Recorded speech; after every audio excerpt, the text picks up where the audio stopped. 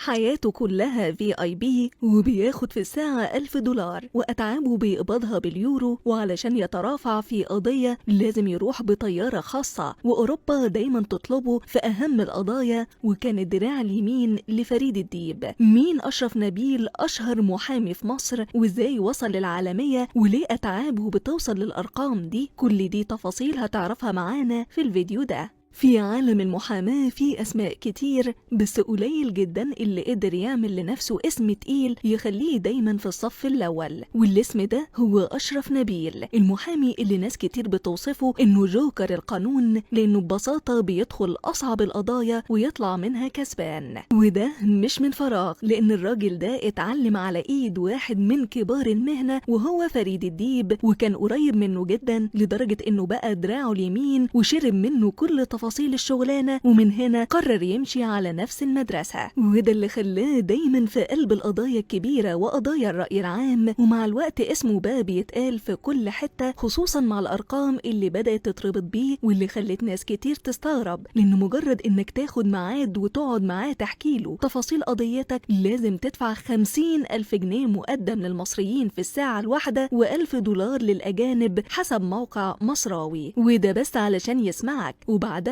هو اللي يقرر ياخد القضية ولا لأ، وكل دقيقة بعد كده بتتحسب بفلوس، وده لأنه مش بيقبل غير القضايا الجنائية التقيلة جدا واللي محتاجة شغل وتحضير على أعلى مستوى، وعلشان كده هو مش متاح لأي حد، بالعكس ده بيختار شغله بعناية، وده اللي خلاه مطلوب عند رجال أعمال ومشاهير وأصحاب قضايا معقدة. مش بس كده، ده كمان أسلوب حياته مختلف عن أي محامي عادي، لأنه بيتحرك بحراسة خاصة وموكب كامل، واللي بيأمنوه نفس طقم الحراسة اللي كان بيأمن شخصيات مهمة جدا، وده بيعكس حجم القضايا اللي بيمسكها وخطورتها. ومن أغرب الحاجات اللي اتقالت عنه إنه في مرة طلب يشتغل على قضية برا مصر، وتحديدا في إسبانيا، واتبعتت له طيارة خاصة توديه وترجعه، غير أتعاب وصلت ل1,000,000 يورو، وده رقم ضخم جدا، بس كله كوم. ولما ظهر وفي إيديه سيجار وخارج من عربية آخر موديل وطالع لطيارة خاصة ومعاه بوديجارد علشان يترافع في قضية في أسوان، كوم تاني خالص. الناس ساعتها قالت ده مش محامي عادي، الدخلة دي دخلت ملياردير تقيل. بس أشرف نبيل مسكتش ورد على كل الكلام اللي اتقال، وقال الكل بيهاجم بشكل بشع، الموضوع أبسط من كده، أنا طبعي كده من 23 سنة، مش امبارح ولا أول امبارح، ومش فاهم حكاية الناس ايه، وانا راجل مش بشتغل في القضايا البسيطة، وبشتغل في الكبيرة، وعندي قضية كبيرة رايح لها، ايه المشكلة يعني؟ اسافر اسوان بموتوسيكل يعني؟ عندي المقدرة على حجز طيارة خاصة، فين المشكلة؟ وقال الناس اللي شفتوها وهم بينزلوا معايا دول معايا دايما بقالهم 5 أو 6 سنين، والناس كلها شايفاها بدل المرة 10، مفيش حاجة اتغيرت في الحكاية، والعربية اللي نازلة دي خدمة VIP من المطار اللي بتوصل للطيارة. انت بقى قول لنا، شايف ان اللي بيعمله أشرف نبيل عادي ولا مجرد دعاية ليه؟